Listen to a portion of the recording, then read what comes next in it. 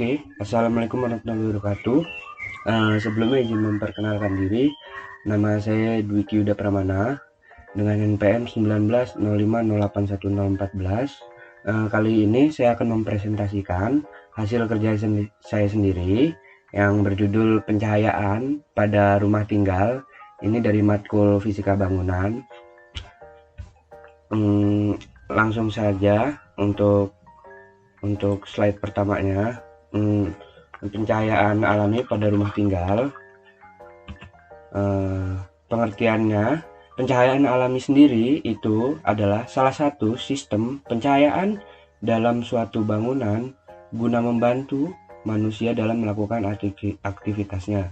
Disebut pencahayaan alami karena sistem pencahayaan tersebut menggunakan cahaya alami sebagai sumber pencahayaannya.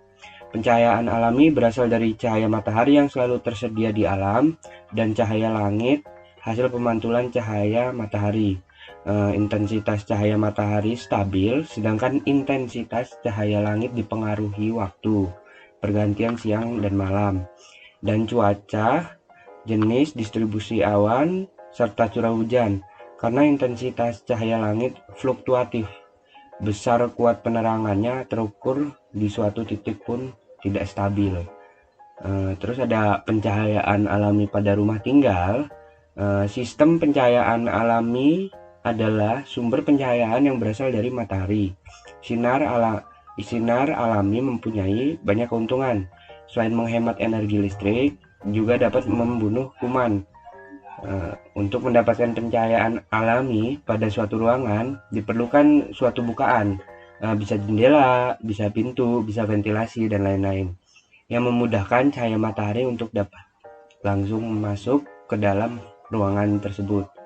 Nah, untuk poin kedua ya, pencahayaan optimal yang masuk ke dalam bangunan akan membuat penghuni bangunan tersebut itu merasa nyaman beraktivitas di dalam bangunan tersebut. Selanjutnya ada site location-nya sendiri. Site location-nya sendiri di Jalan Pulau Sebuku, Gang Tamtama, nomor 94, Antasari, Bandar Lampung. Itu rumah orang tua saya. Terus poin kedua ya ada posisi rumah. Posisi rumahnya itu depan itu barat, belakang itu timur, samping kiri itu selatan, samping kanannya utara. Poin ketiga ya, posisi rumah ini ada di dalam gang. Gang itu punya lebar 3 meter kurang lebihnya. Untuk poin terakhirnya, bagian depan bangunan terhalang bangunan yang lebih tinggi. Jadi ada di depan itu ada rumah tetangga itu 2 lantai. Nah, selanjutnya ada denahnya. Ada denah rumah. Ini denah rumahnya. Denah rumahnya ini terdiri dari yang pertama ada teras depannya, jelas kan. Selanjutnya ada ruang tamu, ada ruang keluarga, 1 kamar tidur utama dan 2 kamar tidur anak, 2 gudang, 1 dapur, 1 ruang cuci, dan 2 kamar mandi. Ini masuk ke analisis pencahayaannya. Analisis pencahayaannya sendiri, yang poin pertama bisa dilihat pada gambar yang terlampir bahwa matahari terbit dari arah belakang rumah, yaitu timur, dan terbenam berada di depan rumah, yaitu barat. Untuk pada pukul 12.00 sendiri matahari masih terlihat tinggi. Untuk pencahayaan sekitarnya itu masih terang. Pada pukul 13.00 sendiri matahari mulai masuk menyoroti bagian teras rumah itu, khususnya pada bagian pagernya itu udah mulai tersorot, dan pencahayaannya pada ruang tamu cukup optimal. Nah, untuk poin terakhirnya ada pada pukul 14.00 ya, matahari mulai terlihat sedikit lebih rendah. Pada saat ini matahari mulai masuk menyoroti bukaan-bukaan yang berada di teras. Jadi ketika saya duduk di terasnya itu ketika jam 14.00 itu terasa panas karena matahari itu langsung masuk ke dalam bangunannya begitu. Nah, ini ada analisis pencahayaan alaminya juga pada denahnya. Kita bisa lihat yang warna orange sendiri itu ada pencahayaan optimalnya, pencahayaan yang optimal, cukup optimal. Sedangkan yang kuning itu ada pencahayaan kurang optimal. atau kata lainnya bisa dibilang butuh pencahayaan buatan. Ini data pengamatannya hari tanggal Kamis, mulai dari tanggal 9 September 2021. Waktu pengamatannya itu jam 12 sampai jam 2 siang. Hal-hal yang diamati, yang pertama ada pergerakan mataharinya, yang kedua ada pencahayaan alami, yang ketiga ada bukaan-bukaannya, yang keempat ada arah cahaya masuk, dan yang terakhir ada faktor yang mempengaruhinya. Ini mulai masuk ke pengamatannya. Ini pengamatan dari jam 12 sampai jam 2 pada minggu pertama. Untuk pada bagian teras, pencahayaan pada bagian teras rumah ini dihasilkan dari pencahayaan alami dari matahari.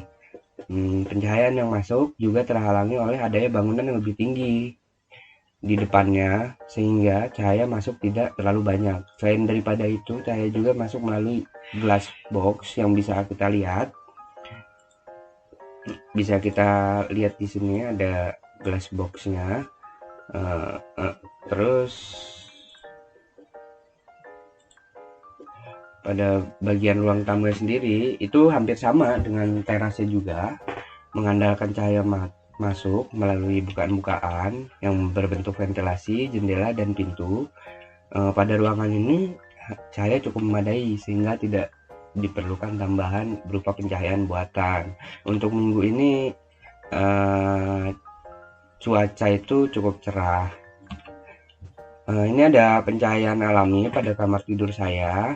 Pada kamar tidur saya, pencahayaan pada kamar tidur ini dihasilkan dari pencahayaan alami dari matahari. Pencahayaan alami masuk melalui genteng kaca yang berada di atas plafon. Jadi di atas tempat tidur saya itu ada plafon yang dibolongin, terus langsung nembus ke genteng kaca ya gitu. Terus cahaya juga masuk melalui ventilasi yang berupa pipa paralon yang tertanam pada dinding, sehingga cahaya pada kamar tidur ini cukup memadai pada siang hari dan tidak memerlukan tambahan pencahayaan buatan. Selanjutnya ada pencahayaan kamar mandi dan ruang cucinya. Pada bagian kamar mandi sendiri pada minggu pertama ini cahaya yang masuk sangat memadai karena cahaya langsung masuk ke dalam ruangan. Ini hampir sama dengan kamar tidur saya tadi, jadi dia langsung masuk lewat genteng kaca gitu. Jadi cahaya masuk itu bersama dengan energi panasnya. Untuk pada bagian ruang cuci sendiri itu hampir sama, cuman bukaannya lebih lebar di atasnya itu. Jadi ada kayak teralis besi gitu, itu dikasih kaca. Nah itu letaknya di atas sink pencucian itu. Kita lanjut ke minggu kedua kita tinjau lagi dari terasnya. Pada bagian teras rumah pada minggu kedua ini kurang optimal dikarenakan cuaca sedikit mendung, sedikit tertutup awan begitu, sehingga menyebabkan cahaya tidak terlalu optimal pada teras depan rumah. Terus pada ruang tamunya sendiri hampir sama. Pada minggu kedua ini ruang tamu lebih gelap dikarenakan cahaya masuk terhalang kanopi spandek, sehingga menyebabkan cahaya yang masuk sangat sedikit dan kurang optimal, sehingga pada ruang tamu ini membutuhkan cahaya tambahan berupa cahaya buatan. Selanjutnya ada pengamatan minggu kedua di kamar tidur saya lagi. Pada bagian kamar tidur minggu kedua tidak jauh berbeda dengan teras dan ruang tamu. Cahaya masuk melalui genteng kaca sama dengan tadi. Cahaya masuk secara langsung bersama dengan energi panas matahari sehingga menyebabkan suhu ruangan naik. Jadi ketika siang hari itu ketika saya beristirahat itu ruangan terasa panas karena cahaya masuk bersama dengan energi panasnya. Ini ada pencahayaan alami pada kamar mandi di minggu kedua juga. Pada bagian kamar mandi sendiri ini cukup memadai, walaupun cuaca sedang mendung, cahaya masuk melalui genteng kaca sehingga cahaya masuk bersama dengan energi panasnya. Dia tidak terlalu ada perubahan yang signifikan karena cahaya cukup memadai pada ruangan tersebut. Begitu pula pada ruangan cuci ini, cahaya juga cukup merata karena bukaan cukup lebar di atas berupa kaca-kaca. Selanjutnya pengamatan dilakukan. Ini ada pengamatan minggu ketiganya. Pengamatan minggu ketiganya ini kita tinjau lagi dari teras rumahnya. Teras rumahnya sendiri ini cahaya masuk kurang optimal karena cuaca sedang gerimis, sedang hujan, sehingga menyebabkan pada ruangan ini cahaya tidak terlalu merata, ditambah dengan adanya bangunan yang menghalangi di depan rumah saya begitu. Untuk ruang tamu sendiri juga hampir sama. Saya juga masuk cuman melalui bukaan. Pada ruangan ini juga cahaya kurang optimal dikarenakan cuaca sedang hujan sehingga membutuhkan pencahayaan buatan. Pada minggu ketiga juga kita lihat lagi, ini ada di kamar saya.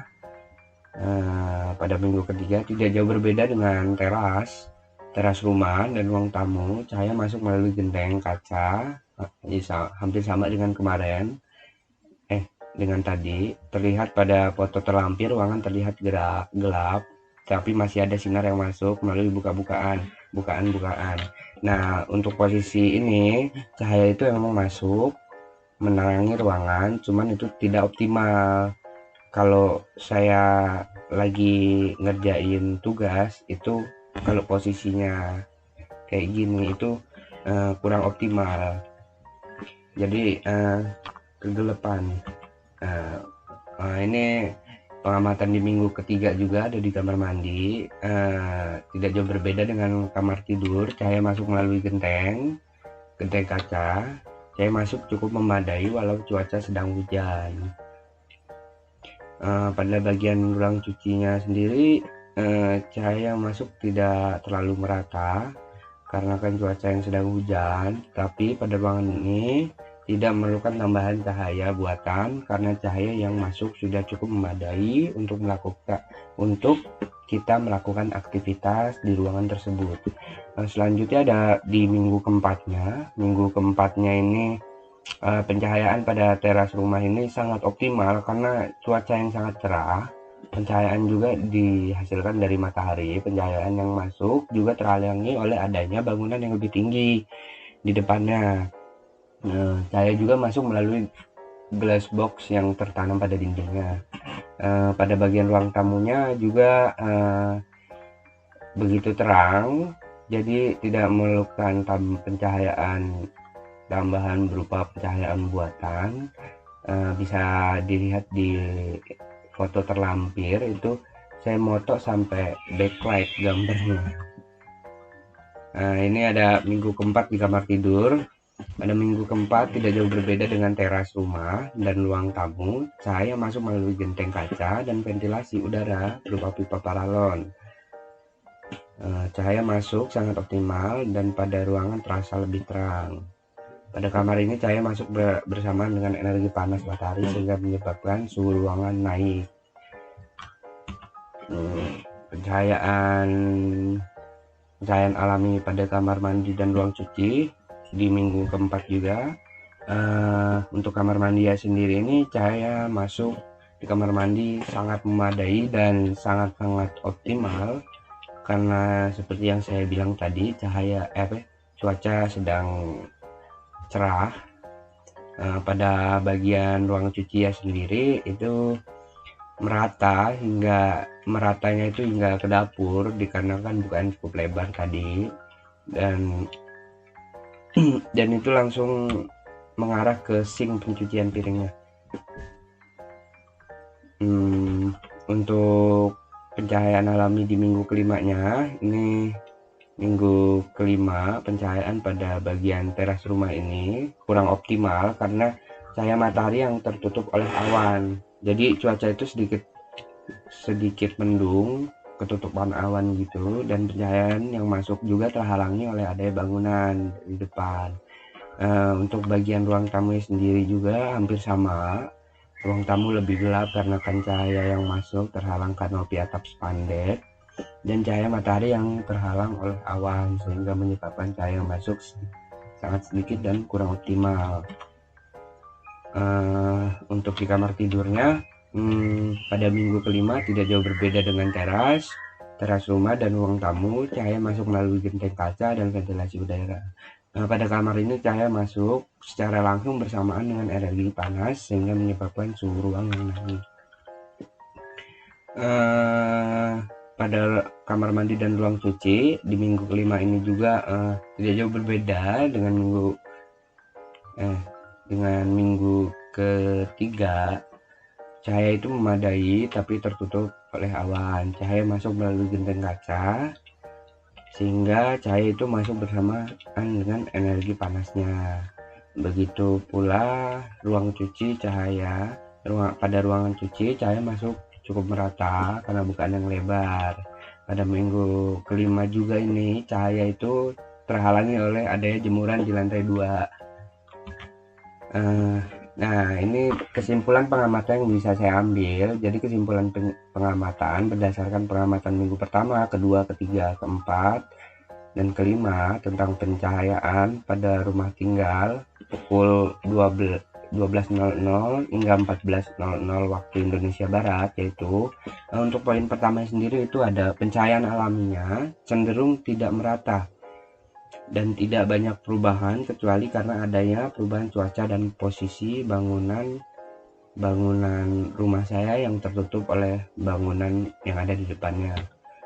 Untuk poin 2-nya ada pada ruang kamar tidur dan kamar mandi pencahayaan cukup optimal untuk melakukan aktivitas di kamar, tetapi cahaya masuk bersama dengan energi panas, sehingga ketika kita ingin beristirahat pada siang hari itu terasa sedikit terganggu karena panasnya.